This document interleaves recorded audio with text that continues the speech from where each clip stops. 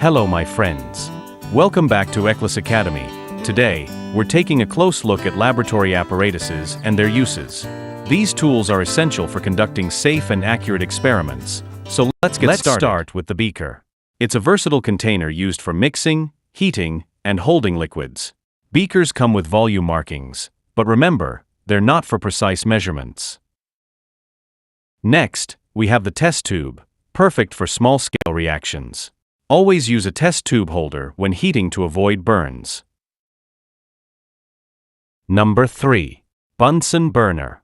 The Bunsen burner is our main source of heat in the lab. It's used for heating chemicals and conducting flame tests. Make sure to adjust the air hole for the right flame intensity.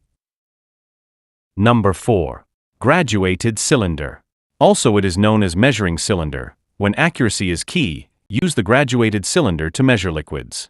Always read the volume at eye level to avoid parallax error. Number 5. Pipette.